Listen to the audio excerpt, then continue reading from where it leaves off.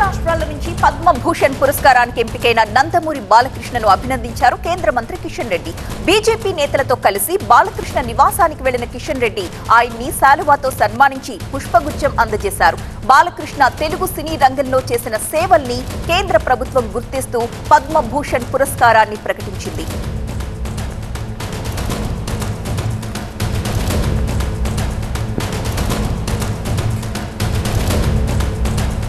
తెలుగు రాష్ట్రాల నుంచి పద్మభూషణ్ పురస్కారానికి ఎంపికైన నందమూరి బాలకృష్ణను అభినందించారు కేంద్ర మంత్రి కిషన్ రెడ్డి. ఆ దృశ్యాలు మనం చూస్తున్నాం. బీజేపీ నేతలతో కలిసి బాలకృష్ణ నివాసానికి వెళ్లారు కిషన్ రెడ్డి.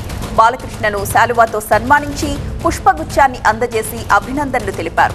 బాలకృష్ణ తెలుగు సినీ రంగానికి చేసిన సేవల్ని పికిల్ బిజినెస్ నాన్ వెజ్ పచ్చళ్లను తయారు చేస్తూ 5 లక్షలు సంపాదిస్తున్నారు వీరు. మీరు కూడా అలా సంపాదించాలా? అయితే ఫ్రీడమ్ యాప్ ని డౌన్లోడ్ చేసుకోండి. కేంద్ర ప్రభుత్వం గుర్తిస్తూ పద్మభూషణ్ పురస్కారాన్ని ప్రకటించింది. పద్మభూషణ్ అవడం చాలా సంతోషంగా ఉంది. ఇంకా చేసే నేనేమైతే కిషన్ రెడ్డి గారు చెప్పినట్టు ఏదైతే నేను చేస్తున్నానో సినిమాల ద్వారా వినోదం కానీ లేకపోతే మంచి సందేశాత్మక చిత్రాలు, అలాగే ఒక క్యాన్సర్ హాస్పిటల్ చైర్మన్గా అయితేనేమి గత 15 సంవత్సరాలకి, ఈ సంవత్సరంతో 15 సంవత్సరాలు పూర్తవుతుంది మార్చి నెలలో. దాని తర్వాత ఒక హిందూపూర్ శాసనసభ్యుడిగా 3వ గెలవడం, నా సేవల్ని గుర్తించి మరి ప్రభుత్వం, కేంద్ర ప్రభుత్వం నాకు ఈ పద్మభూషణ్ని ఇవ్వడం అన్నది వారికి నా ధన్యవాదాలు తెలియజేసుకుంటున్నాను.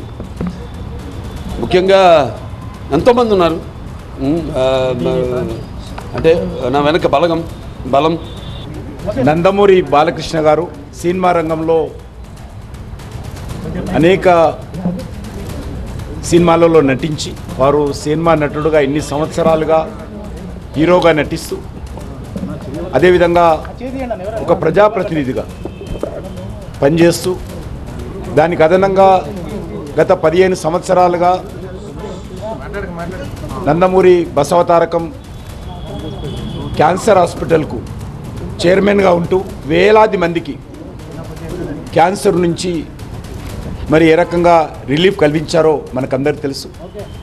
మరి అటువంటి అన్ని రంగాలలో విశేషమైనటువంటి సేవలు అందించినటువంటి బాలకృష్ణ గారికి ఈరోజు భారత ప్రభుత్వం పద్మభూషణ్ అవార్డు, దేశంలో ఉన్నతమైనటువంటి అవార్డు ఇవ్వడం అనేది ఉన్నదో